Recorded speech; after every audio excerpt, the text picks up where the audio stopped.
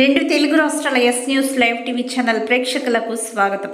Breaking news. 4 దినములుగా అడవిలోనే నరకయాతన అనుభవిస్తున్న police బలగాలు.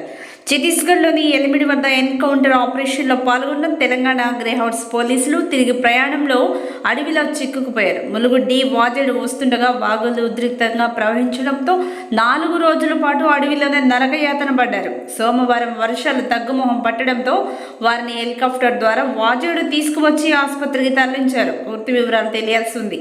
బోర్డర్లో సైనికుల పోరాటం ఎప్పుడైనా చూసారా? దేశంలో మనమంతా ధైర్యంగా స్వేచ్ఛగా జీవించగలుగుతున్నామంటే అది భారత సైన్యం దయవల్లే. తమ ప్రాణాలను పణంగా పెట్టి మనలను కంటికి రెప్పలా కాపాడుతున్న భారత సైనికులు వారి ధైర్య సాహసాల గురించి ఎంత చెప్పుకున్నా తక్కువే. ఇటీవల జమ్మూ కాశ్మీర్లో ఉగ్రదాడులు పెరిగిపోయాయి.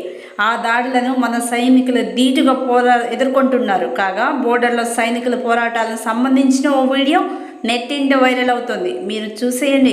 మరికొన్ని నిజాలు me yes news live TV ఛానల్లో కమింగ్ సూన్ మీకోసం.